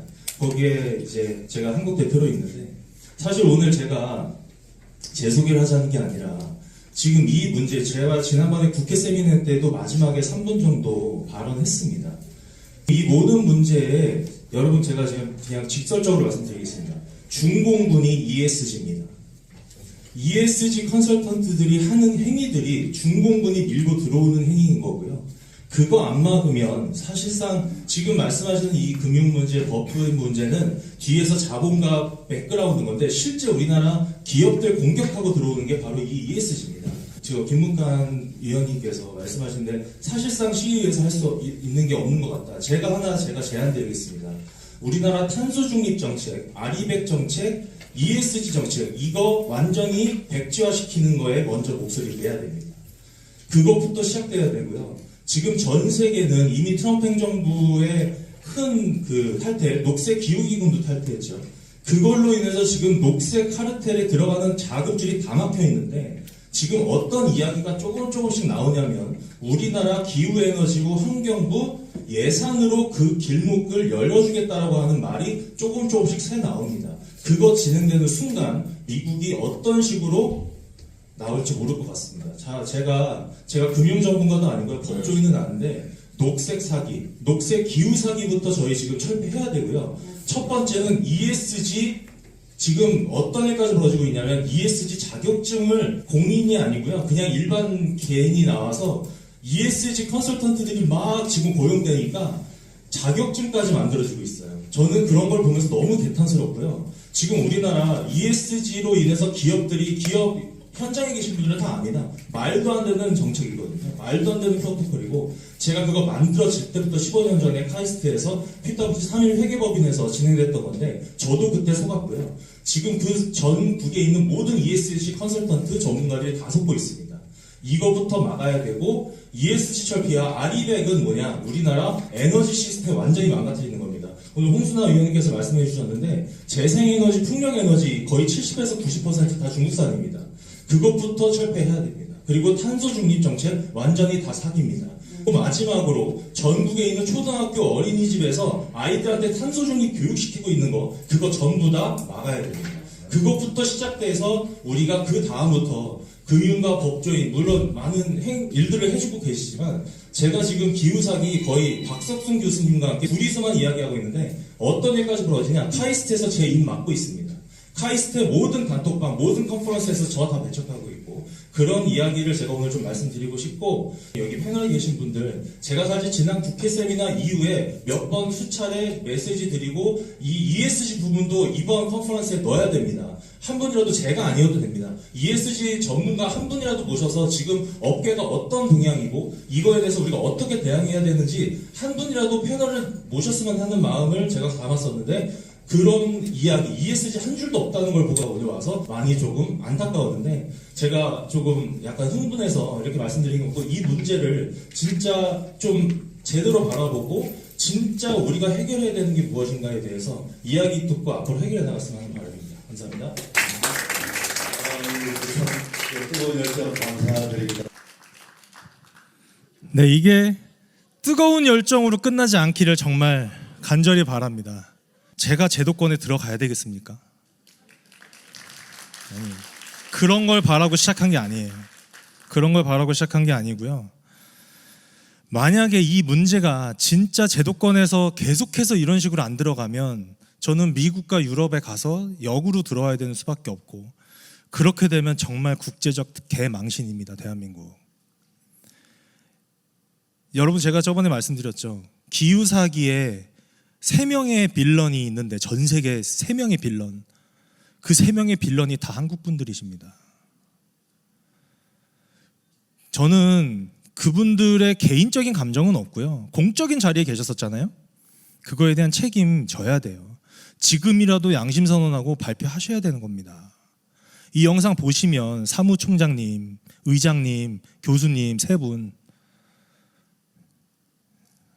진짜 가서 만나서 뭐 이렇게 말씀드리고 싶은데 아직은 때가 아닌 것 같고, 언젠가 만나는 날이 있을 겁니다. 자, 그래서 파리 기후 협약 명분을 붕괴시킨 거죠. 탈퇴를 통해서 미국 트럼프 대통령이 유엔 산하 본진 친 거고요. 자금줄 막았다. 요것이 핵심이고, 이제 유엔은 파산한다. 자, 이렇게 세상은 흘러가고 있는데 우리나라만 계속해서 녹색에다가 돈 대주고 있다. 자, 그래서 우리가 앞으로 이제 해야 되는 게 뭐냐? 녹색 보조금 폐지, 탄소 중립 폐지, 아리백 폐지, ESG 폐지. 여러분, 이것만 딱 해도 우리나라 연간 100조씩 그냥 세이브 됩니다. 100조. 예산만. 거기에 민간의 기업들이 쓰는 돈까지 합하면은 저는 대략 250에서 300조 정도라고 생각합니다. 우리나라 1년 300조씩 세이브할 수 있습니다. 이것만 4개만 딱 폐지시켜도. 그 300조로 우리는 뭘 할 수 있다? 전 세계 AI 시대 최강국으로 끌 수 있다. 그 기회를 여러분, 골든타임입니다. 이거 10년, 20년 기다려주지 않아요. 2, 3년 안에 게임 끝납니다. AI 시대도. 물론 계속 발전은 해 나가겠죠. 근데 처음에 그 첫 타자가 누구냐가 정말 중요한 비즈니스인데, 그 데이터 센터를 우리나라에 유치하는 순간, 엔비디아나 구글이나 데이터 센터 유치하는 순간, 이제 더 이상 일본이, 제가 이제 중국의 가면을 벗기다 해서 얘기하겠지만 결국에 일본과의 경쟁입니다. 물론 우방국이죠. 자유민주 체제를 갖고 있으니까. 근데 결국에 전 세계 경제 패권 안에서 미국이 경제 질서를 지어가고, 그 다음에 우방국으로서 그거에 발맞춰가는 국가가 한 나라라면 결국에 누구와 누구와 경쟁이겠어요? 일본과 한국의 경쟁입니다. 그때 일본한테 빼앗겼죠. 그 외교전에서 실패해서 150년 전에. 그래서 1910년 나라를 빼앗겼습니다. 우리나라가 약해서, 우리나라 일본이 나빠서, 아니요. 여러분, 힘에 놀립니다. 그땐 대영제국가 일본이 딱 보고 대영제국가 손잡았던 거예요. 그리고 그들 나름대로의 전략과 함께 그들 나름대로의 국민들을 보호하기 위해서 했던 것입니다. 저는 그걸 우두하다는 게 아니에요. 지금 근데 150년이 딱 지났죠? 지금 똑같습니다, 상황이. 일본과 한국의 경쟁입니다. 물론 우방국으로서 같이 가는 건 맞다고 했어요. 적군이 아니에요, 절대. 근데 어쨌든 그 상황에서 지금 일본이 조금 앞서 나가고 있다. 강력한 미일 동맹을 통해서. 저는 그게 굉장히 안타깝습니다. 그다음에 4번째, 원자력 에너지 50%까지 올려야 됩니다. 지금은 25% 수준까지 떨어졌습니다. 2배 딱 올리면 우리나라 100원대까지 갈 수 있습니다. 전력. 근데 핵팽일 때문에 안 된다? 전혀 아닙니다. 자, 4번 영상 보겠습니다. 오늘의 마지막 영상입니다. 폐기물은 기본 개념이 차폐가 되는 방에다 넣어둔다. 이게 끝입니다. 보통 일반 쓰레기는 쓰레기장에다가 놔두면 부패하고 산소와 상호작용을 하고 그러면서 시간이 지나면 자연물이 되어가는 거죠. 흙이 되는 겁니다. 그 과정에서 환경과 상호작용을 통해서 침출수가 나온다든지 냄새가 나온다든지 하는 것들이 있죠. 근데 방사선 물질은 다릅니다. 방사선 물질은 놔두면 시간이 지나면 방사선이 없어집니다. 방사선이 나오면서 줄어들으니까 핵폐기물도 마찬가지로 한 곳에다가 사람들이 가까이 가지 않게 하고 놔두면 없어지는 겁니다. 그런데 문제는 그게 뭐 10,000년이 걸린다 혹은 10만 년이 걸린다 뭐 이런 얘기들을 해요. 근데 그것들도 우리가 과학적인 상식을 가지고 이렇게 보시면은 화약 같은 거는 불을 딱 붙이면 굉장히 빨리 타는 대신에 금방 없어져 버리죠. 그리고 나무는 굉장히 천천히 타는 대신에 굉장히 오래 가는 것이고 그 방사선 물질도 빨리 방사선 물질이 다 나와버려가지고 방사선이 없어지는 물질들이 있고 어떤 물질은 방사선을 조금씩 내면서 굉장히 오랫동안 방사선을 유지하는 물질들이 있습니다. 그 사용 해결료 안에는 이 두 가지 물질들이 섞여 있어요. 한 1, 2년 지나면 다 방사선 내버리고 방사선이 없어지는 물질들도 있고 굉장히 천천히 내면서 10,000년씩 방사선 내는 물질들도 있습니다. 그러면 거꾸로 한 500년, 1000년쯤 지났다. 그러면 방사선을 많이 내고 빨리 내는 물질들은 다 없어진 상태입니다. 그리고 나서 방사선을 천천히 내는 물질들은 정말 방사선이 작거든요. 처음에 방사선을 굉장히 많이 내는 막 끄집어낸 그 상태가 10만 년을 유지된다. 이렇게 상상하시는 게 문제입니다. 그건 처음 상태고요. 방사선은 급격하게 떨어져가지고 하루에 100분의 1씩 푹푹 떨어져가지고 1000년 지나고 나면 굉장히 미량인데 문제는 방사선은 있어요. 그 양으로 막 10만 년이 간다. 우리는 이걸 어떻게 관리해야 될 거냐. 처음에 한 5년 이런 건 관리를 잘해야 되는 거죠. 원자력 발전소 안에 수조에서 10년 정도를 냉각을 시킵니다. 냉각시키고 나면 방사선이 굉장히 많이 줄어들거든요. 이제 처분장에다 넣어야 되는데 제일 문제가 뭐냐면 이건 기술적 문제가 아니고 인간의 관리 능력의 문제입니다. 예컨대 과연 우리가 시설을 잘 지어놓고 1000년 동안 관리해야 된다. 그러면 관리 잘할 수 있느냐? 그러면 1000년 전이면은 통일신라 시대인데 통일신라 시대 때 잘 지은 건물이 지금 어디 있는지도 모르잖아요. 그렇다면 우리 인간의 관리 능력은 1000년이 안 된다고 봐야 되는 거죠. 우리가 잘 지어놓고 잘 갈 거야 이렇게 믿으면 잘못된 거고 우리가 잘 지어놨지만 우리 후손들은 여기 이거 있는지도 모를 거야 라는 전제하에 관리시설을 지어야 되는 거죠. 그렇게 하다 보니까 그러면 오케이 500m 지하에 들어가서 거기 안반이 지진도 안 나고 튼튼한 안반에다가 방사선 차폐가 잘 되는 캡슐에다가 사용 해결을 넣어가지고 거기다가 넣어놓고 뚜껑 닫고 잊어버리자. 잊어버려도 아무 문제 없게 가자. 그게 기본적인 개념입니다. 그래서 500m라는 공간이 차폐가 500m가 필요하기 때문이 아니고 인간이 억세스하지 않을 공간입니다. 예컨대 500m면은 63빌딩 2배 정도의 깊이라고 생각하실 수 있죠. 거기 들어갈 일은 거의 없거든요. 500m를 탈 수 있느냐? 저기 양양양수발전소 가보십시오. 다 그렇게 돼 있습니다. 우리한테 그런 기술력 충분히 있습니다. 그리고 이제 많은 분들이 뭐 10,000년 혹은 10만 년 동안 관리를 어떻게 할 거냐 이런 얘기를 굉장히 많이 하시는데 우리 국민 수준을 너무 낮게 보셨습니다. 왜냐하면 그 10,000년 전으로 생각해 보시면 석기 시대거든요. 그러면 10,000년 후 걱정을 지금 한다. 저는 그건 좀 아닌 것 같습니다. 환경을 사랑하는 건 굉장히 중요한 말이지만 사람보다 환경이 중요하지는 않습니다. 지금 현생 인류가 잘 살아가는 게 중요한 것이고요. 그래서 뭐 방치하겠다는 뜻이 아니라 핵폐기물은 처음 500년 정도는 방사선이 꽤 나옵니다. 그렇기 때문에 관리를 좀 잘해야 되는 것이고요. 그 이후에는 굉장히 미량 방사선이 나오기 때문에 그냥 어디다 처박아 놓으면 되는 겁니다. 그래서 과도하게 걱정하실 필요 없습니다. 교통사고도 보험회사에다가 생명보험이라는 걸 들게 되잖아요. 예컨대 무슨 내가 병으로 죽을 확률, 사고로 죽을 확률, 강도 상해로 죽을 확률 이런 것들이 다 나오는 거잖아요.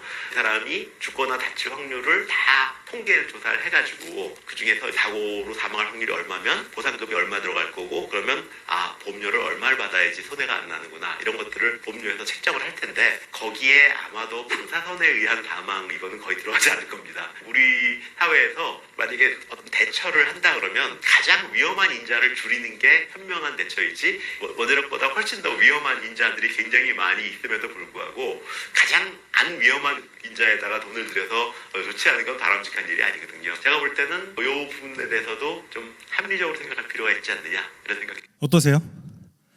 이해되시죠 이제? 예, 핵폐기물 문제 아닙니다. 예, 이것 또한 좌파들의 잘못된 선전선동입니다. 자, 그래서 에너지 강국이 되고 전 세계 데이터 센터까지 유지되면 우리나라의 이 강력한 반도체와 AI 데이터와 에너지와 뭐예요? 원자력이죠. IT와 제조업의 조선까지 중국이 무너졌을 때 그 다음에 미국과 함께 관리하는 국가가 누가 될 것이냐. 중국은 곧 무너집니다. 역사가 그래 왔습니다.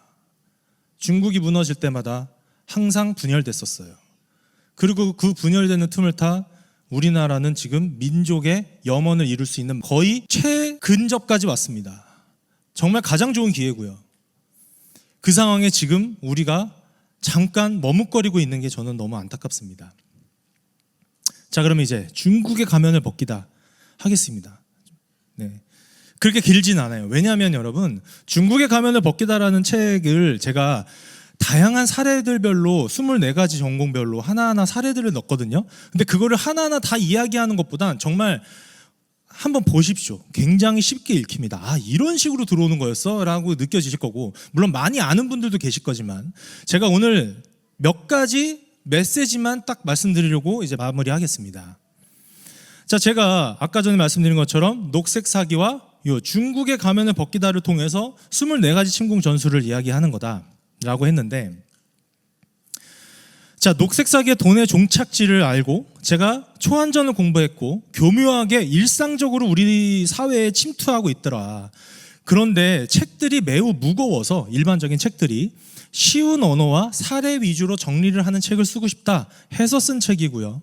이 안에는 홍콩과 대만의 사례와 24가지 침투 전술의 사례들, 그 다음에 우리나라 복지와 선거권을 왜 외국인에게 주고 있는지 이렇게 쉽게, 그리고 침공을 위한 대한민국의 수상한 연결고리에 대해서 이야기하는 거고, 마지막으로 그럼 우리는 뭘 해야 되냐입니다. 그리고 이렇게 지금 현재 우파의 전선에서 띄워주고 계시는 분들이 추천사를 써주셨습니다.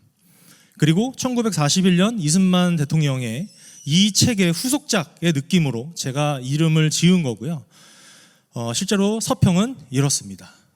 자유시민의 시선으로 차분하게 경고하는 시의성 있는 문제작이다. 학자의 과시가 아닙니다. 여러분, 대부분의 책은 학자의 과시로 쓰여져요. 근데 저는 학자도 아닐 뿐더러 어떤 과시를 위해 쓴 책이 아닙니다. 정말 일반 사람들, 정말 초등학생, 글을 읽을 수 있는 누구라면 쉽게 읽을 수 있는 책을 저는 쓰고 싶습니다. 꼭 녹색 문제가 아니더라도요, 앞으로 부정선거 문제, 식량 사기 문제, 백신 사기 문제까지도 저는 하나하나 도장 깨기식으로 책을 만들어 갈 겁니다. 자, 그러면 제가 드리고 싶은 말이 이거였어요. 크게 3가지인데 첫 번째가 이겁니다.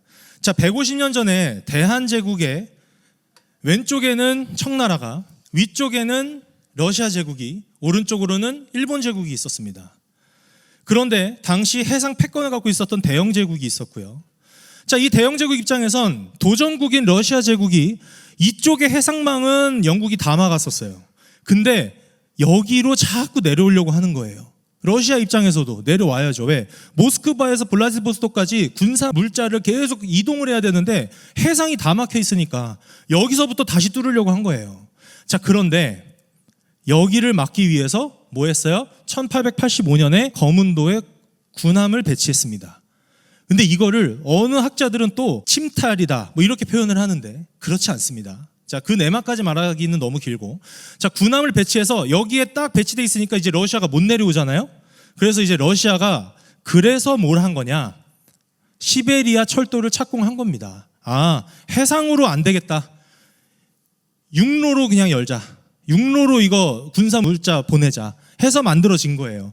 근데 원래는 이게 블라디보스토크에서 끝나는 게 아니라 부산까지 시공은 다 계획돼 있었습니다. 자, 그런데 그걸 안 일본은 어떨 것 같으세요? 만약에 그 당시 도전국인 러시아 제국이 부산까지 이 철도 연결하는 순간 일본 입장에서 생각해 보자고요. 일본이라는 이 나라 입장에서 러시아 제국이 부산에 딱 군함 배치해 놓으면 그 다음은 누구예요? 한국 다음에 일본이잖아요. 그러니까 일본 입장에선 만주까지가 군사적 완충지대였어요. 그리고 한반도까지가 최전방 방어선입니다. 그 당시, 지금도 마찬가지지만. 그래서 한반도에 계속 서신 보낸 거예요. 러시아 내려오지 않게 니네 어떻게 좀 해봐. 근데 당시 조선, 당시 대한제국이 뭐 했어요? 계속 러시아랑 친밀한 관계를 가져갑니다. 완전한 외교적 패착이었습니다. 그래서 대영 제국이 어떻게 해요? 일본한테 안 되겠다. 한국말 안 들어 얘네. 일본한테 니네가 여기 어떻게 해봐. 그래서 뭐 했어요? 금융과 군함과 기술을 다 지원한 거예요. 그 지원해서 뭐 했어요? 일본이 청일전쟁을 일으키죠. 청일전쟁은 왜 일으켰을까요? 한반도에 들어가서 뭘 하려고 하니까 한반도에 당시 실제 조선은 누구의 속국이었어요? 청나라의 속국이었어요.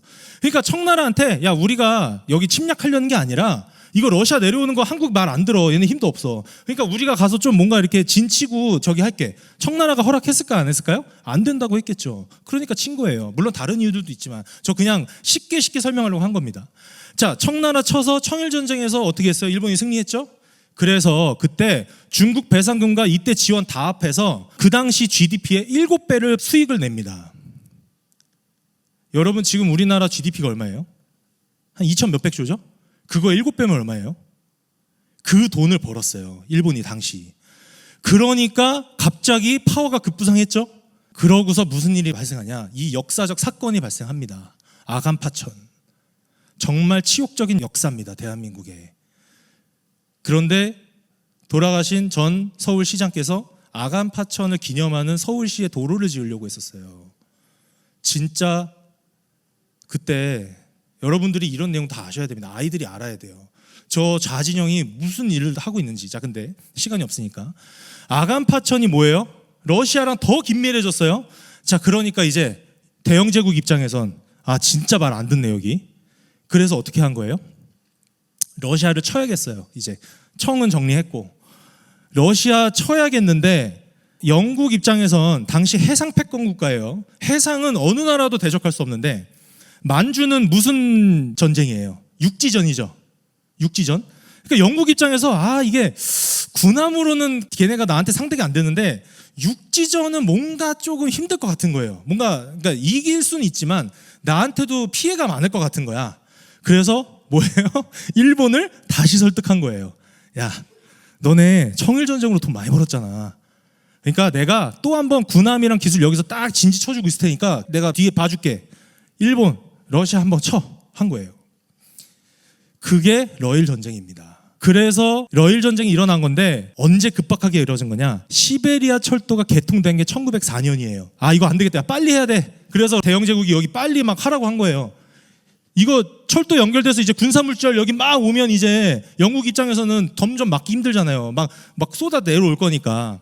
그래서 1904년부터 1905년까지 빨리 급하게 계속 물자 줘가지고 러일 전쟁에서 다시 일본이 승리하죠. 그러니까 이제 영국 입장에선 말 안 듣는 한국과 말 잘 듣는 일본과 패권국이 도전국 무너졌고 그 다음에 여기를 관리해야 되는데 대영제국은 여기도 다 관리해야 되니까 밖에 여기 관리할 파트너가 누구였다? 일본이었다. 그래서 우리나라는 한일합병 된 겁니다. 물론 다른 이유도 있지만 여러분이 힘의 논리예요. 근데 지금 똑같습니다. 똑같아요. 대영제국은 지금의 미국이고 그 당시에 도전국인 러시아 제국은 지금의 중국인데 우리나라가 지금 누구 꽁무니 따라다니고 있다? 지금 현 정부가? 중국 꽁무니 따라다니고 있다. 근데 일본은 또 누구 따라다니고 있다? 미국 잘 우방 만들고 있다. 여러분 150년 전이랑 똑같습니다. 또 나라 이렇게 어떻게 될지 모릅니다. 자, 그래서 그 다음에 이제 두 번째 중요한 겁니다. 해외에 있는 중국인 누구나 언제든 공작원, 간첩이 되는 법적 구조를 이미 다 구축해놨습니다. 이거를 우리가 이제 알아야 돼요. 중국인이라면 전 세계에 있는 누구나, 해외에 있는 누구나 다 중국의 지령받고 무조건 따라갈 수밖에 없는 법적 구조가 이미 다 만들어져 있습니다. 그렇다고 모든 중국인을 다 배척해라 또 이건 아니에요. 왜? 우리는 보편적 가치라는 게 있잖아요. 그런데 그 보편적 가치가 있음에도 불구하고 지금 우리를 적대한다면 대응은 하고 알아야 되잖아요. 적이 될 수 있다는 거를. 자, 국가정보법, 국가보안법, 반간첩법 이 세 개가 딱 엮여가지고 전 세계에 있는 모든 중국인들이 공작 자산이 됩니다. 이건 법적 내용이에요.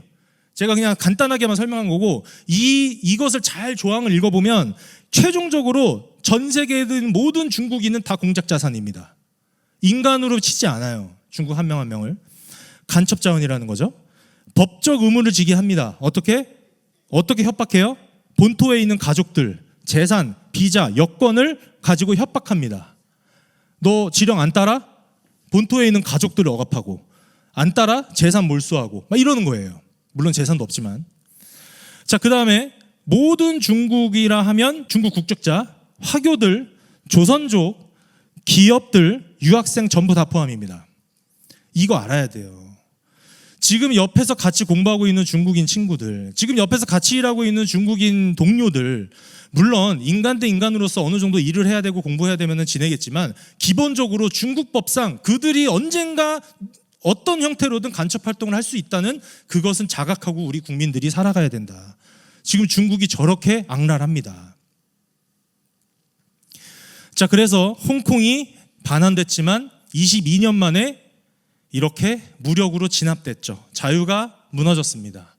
그래서 선거부터 언론, 경제, 안보까지 모두가 다 공산화가 끝났습니다. 첫 번째, 친중 정치인을 키우고요. 언론사 광고 막고요. 교과서를 바꿔서 인권과 자유와 민주주의를 국민들의 머릿속에서 삭제시킵니다. 지금 비슷하게 우리나라도 흘러가고 있죠. 그 다음에 인터넷 검열과 언론과 지성인들의 침묵, 제가 아까 말한 뿌리, 그 다음에 반중 인사를 압수수색하고 그 다음에 체포해 갑니다. 많은 우리나라 우파 진영에 있는 리더들이 압수수색 받고 체포 당하고 있죠. 똑같습니다. 5년 전 홍콩이랑 똑같아요. 그 다음에 부동산 가격 폭등은 결국에 중국 자본의 계획된 전략입니다. 그것도 책 안에 어떤 식으로 되는지 간략하고 재미있게 다 설명되어 있습니다. 언론사 프로그램을 편성을 방해하고 교사 통제해서 교실에다 CCTV 넣고, 그 다음에 공자학원, 공산사회주의 이념, 도서관, 영화관, 검열까지 지금 우리나라 거의 똑같이 진행되고 있습니다. 공산당의 국가보안법은 자유는 죄라는 항목이고요. 기본적으로 홍콩에 5만 대의 AI CCTV 설치해서 전 국민을 다 감시했습니다. 그거 지금 우리나라 시작하고 있습니다. 서울시에 6만 대의 AI CCTV로 다 교체하고 있습니다. 이제 집회 나가는 사람들 얼굴 다 찍히고요. 그 사람들 SNS부터 그 사람들 연락처까지 핸드폰까지 전부 다 통제하기 시작할 겁니다. 그리고 갑자기 아주 작은 사소한 일로 그냥 체포해 가는 겁니다. 이런 일이 이제 앞으로 벌어질 거다. 홍콩이 그렇게 당했습니다. 자, 그 다음에 중국인 모욕 발의, 아시죠? 이거는 짤로 많이 돌아다녔으니까 5년 전과 똑같습니다. 대만은 중국의 수출 의존도, 그 다음에 유학생들을 포섭합니다. 대만 유학생들을 중국 본토에 데리고 와서 공짜로 다 공부시키고 중국에 막 맛있는 거 먹이고 중국 문화 막 좋다는 것만 알려줘요. 그래 놓고 포섭해요. 어떻게? 중국 공산주의도 괜찮은 것 같은데? 이런 생각을 하는 거예요, 대만 애들이. 그러고 그런 친구들이 많아지면 많아지고 세대가 바뀌면 어떻게 돼요? 자연스럽게 이제 스며드는 거죠.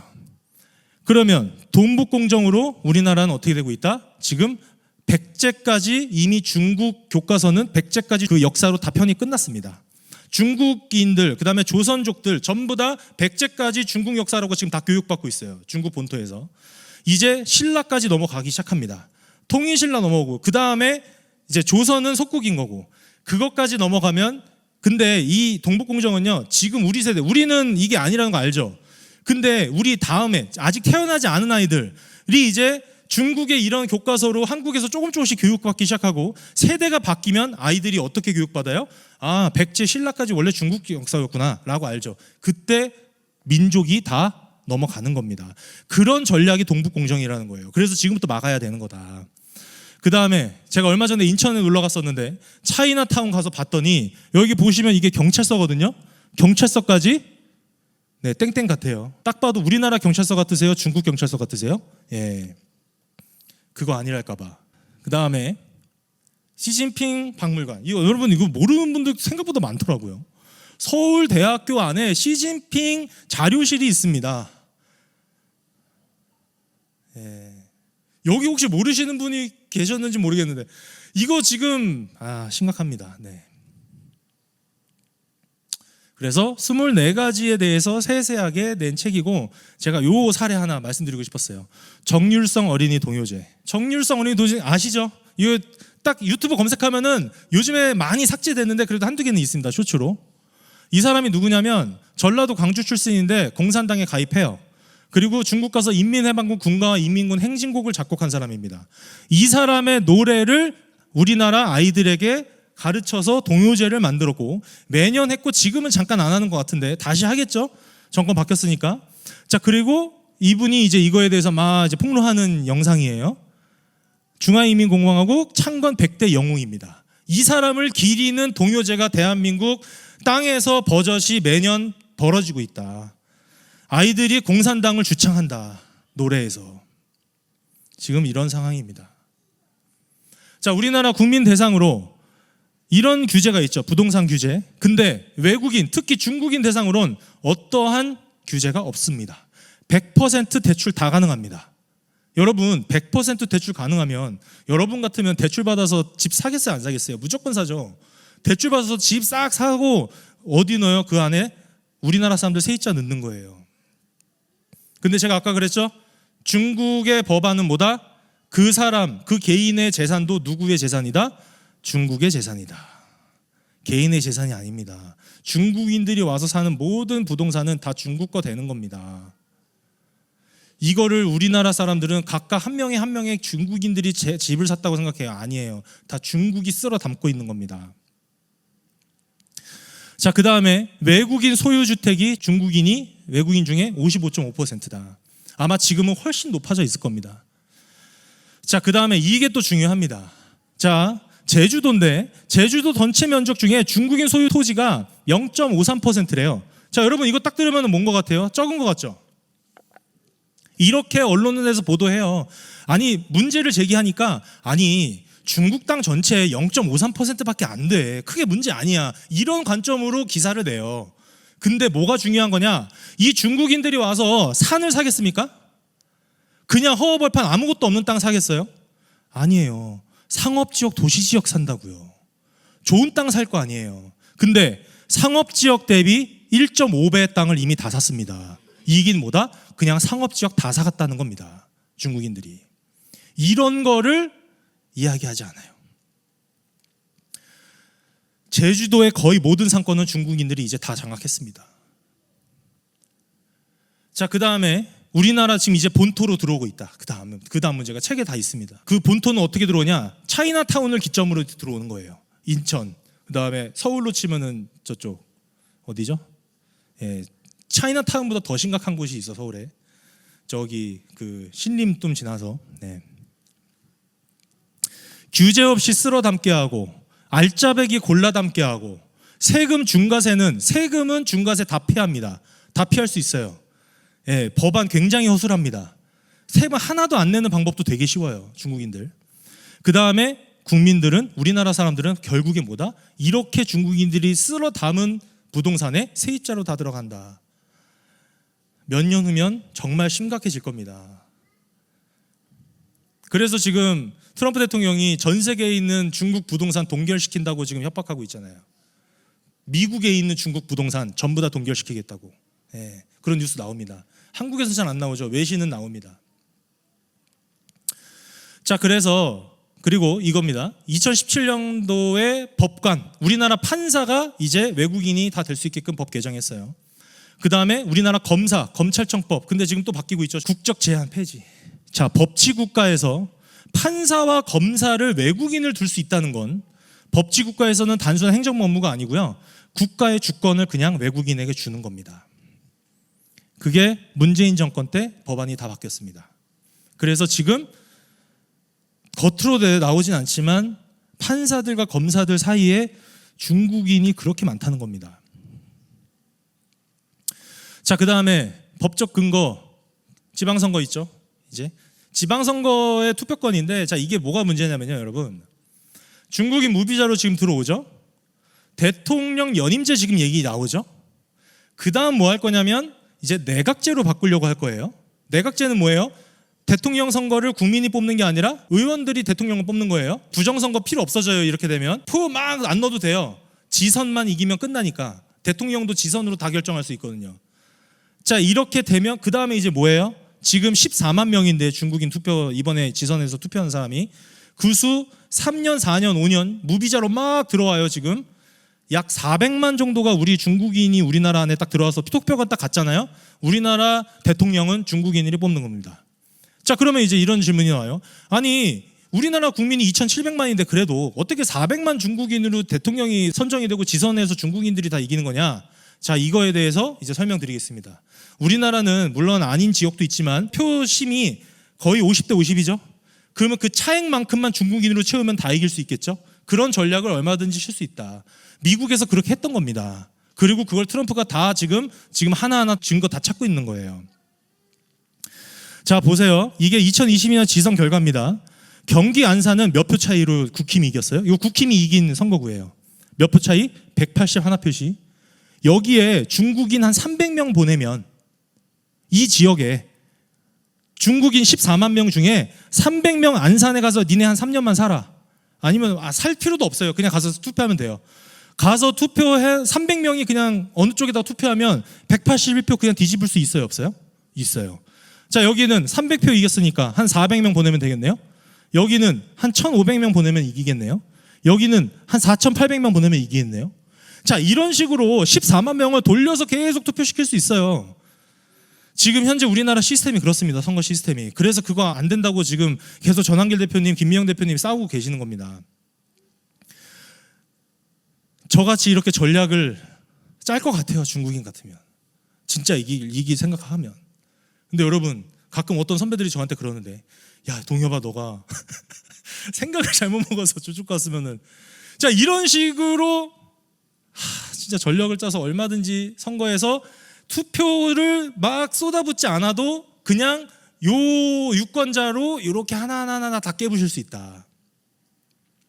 광역단체단이 2022년에 국힘이 12대 5로 이겼고 기초단체장은 이렇게 이겼는데 이렇게 여기만 제가 말한 거 5만 명 정도 가지고 이렇게 돌리잖아요. 그러면 21개 그냥 쉽게 뺐습니다. 중국인 투표수. 제가 봤을 땐 충분히 가능해요. 이거 하면 그냥 124대 84 되는 거예요, 우선. 그리고 다른 선거구들도 다른 형태로 하겠죠, 또. 이게 지금 현재 우리나라가 벌어지고 있는 선거권을 외국인에게 주는 허술한 정책입니다. 그 다음에 국군과 안보 예산도 이렇게 다 삭감했고, 이렇게 삭감했고, 동해 유전 저는 있다고 봅니다. 이거 다 막고 놨어요.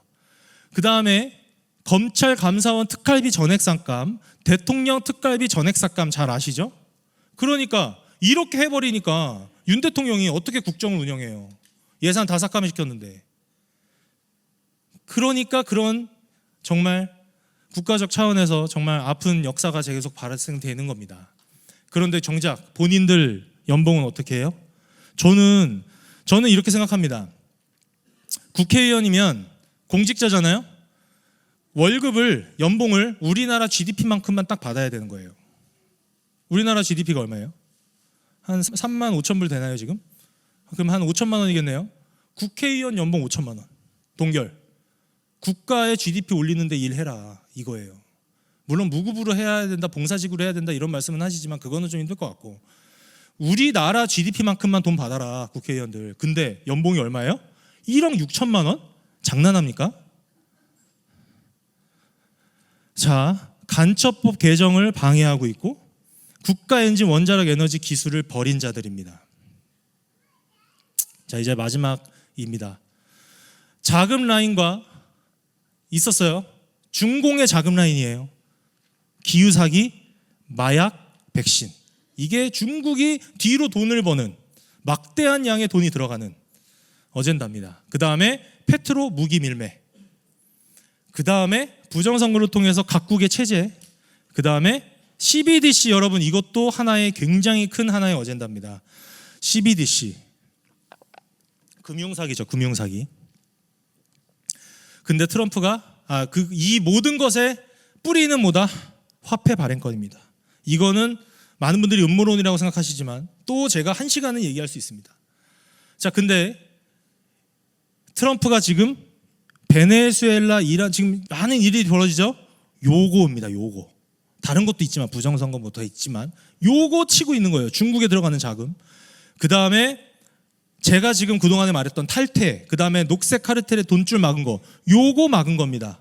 삼각형 중에 요거 2개 막은 거예요, 지금. 그래서 지금 다 분열이 일어나고 있는 겁니다. 여러분, 트럼프는 미국 본토에서 지금 89%입니다. 인기율이, 지지율이. 근데 우리나라 언론사들 보도하는 거 보면 진짜 웃깁니다. 트럼프는 지금 최고의 인기를 구가하고 있습니다. 미국에서. 자, 그 다음에 여기를 이제 지금 어떻게 될 것이냐. 저는 머지 않았다고 생각합니다. 근데 문제는 여러분, 우리나라에서 깨어난 상태에서 미국이 해서 들어오는 것과 우리나라는 거의 깨어나지 않고 우리처럼 이런 소수의 우파 단체만 깨어난 상태에서 미국이 들어오는 건 우리나라가 나중에 손해볼 게 너무 많다. 줘야 되는 게 너무 많을 것이다 라고 하는 겁니다. 그래서 역사적으로 도전국은 중앙 권력이 무너질 때마다 분열로 귀결됐고, 패권국은 그것을 유지하기 위해 동맹국과 함께 도전국의 붕괴 이유를 준비해왔다. 그런데 그 동맹국의 첫 번째 조건, 패권국과 같은 체제. 두 번째 조건, 세계 최고 수준의 행정, IT, 산업, 군사 통합 능력을 보유할 것. 세 번째, 도전국, 패망한 국가와 문화, 언어, 역사에 대한 이해도와 관련도가 주변국 중 가장 높을 것. 넷째, 패권국가 동맹이라는 군사, 정보, 외교 인프라가 완성돼 있을 것. 이 네 가지 중에 가장 합당한 국가가 두 나라죠. 아까 말씀드린 그 두 개 중에 하나 선택할 겁니다. 미국은 이때와 똑같이. 그래서 여러분, 이때와 똑같이 한다고 했잖아요. 그래서 뭘 해야 되는 거냐? 아까 말한 유학생, 미국의 정치인들과 들어가서 그들의 문화와 함께 그들을 설득하고 그들과 대한민국의 뜻을 전하고 그들과 대화가 되고 그들의 문화와 함께 할 수 있는 그런 군단을 지금 우리는 발굴해야 돼요. 그게 저는 유학생 연합이라고 봅니다. 저처럼 영어 되고 미국 문화 알고 했던 사람들, 그게 대단하다는 얘기가 아니라 전략이잖아요. 전략. 미국에다가 그런 친구들 한 6,000에서 7,000명 정도 발굴해서 각 주마다 각 주에서 열리는 정치인들 모여고 기업인들 모여서 하는 그런 연회나 행사장에 네트워킹하게 한 사람 한 사람 용돈 주고 보내야 됩니다. 그리고 거기 사람들과 한 놈이 되고 그 사람 가족들과 친구가 되고 할 수 있게끔 서포트 해야 됩니다. 국가적 차원에서. 그런 게 진짜 미국을 마음을 살 수 있는 방법이다라는 겁니다. 그래서 우리가 관리 대상 국가가 될 것이냐, 관리 주체 국가가 될 것이냐, 어느 것이 될 거냐에 따라 우리는 역사적 기회가 왔습니다, 여러분. 단순 통일이 아닙니다. 여러분, 통일이 만약에 되잖아요. 거기서 안 끝나요. 지금 시대는 그냥 올라가는 겁니다. 근데 그거를 여러분, 옆에 일본에게 그 기회를 주실 겁니까? 또 제가 조금 격앙됐지만 굉장히 중요하고 저 또한 굉장히 심각하게 받아들이는 문제라 이렇게 말씀드렸고, 저는 그런 마음으로 제가 기후사기를 알리고 있고, 이제 부정선거 이슈는 다다음 주에 김미영 대표님과 그 다음에 이제 백신, 뭐 정기엽 박사님 혹은 뭐 이황재 교수님 또 잘 알거든요, 제가. 그 다음에 뭐 최수용 대표님, 전한길 대표님, 정말 우파에 그런 역할을 해주시는 분들이 이제는 각자의 어젠다에서 정말 목소리 내셔주셨지만 이제는 뭘 해야 된다? 원팀이 돼야 된다. 하나의 팀으로서 지금 이제 미국과 긴밀하게 협조하고 대한민국 국민들을 많이 깨어났어요. 근데 깨어내고 그 다음에 뭐 해야 된다? 중국과 우리는 보이지 않는 전쟁을 치러야 한다. 입니다.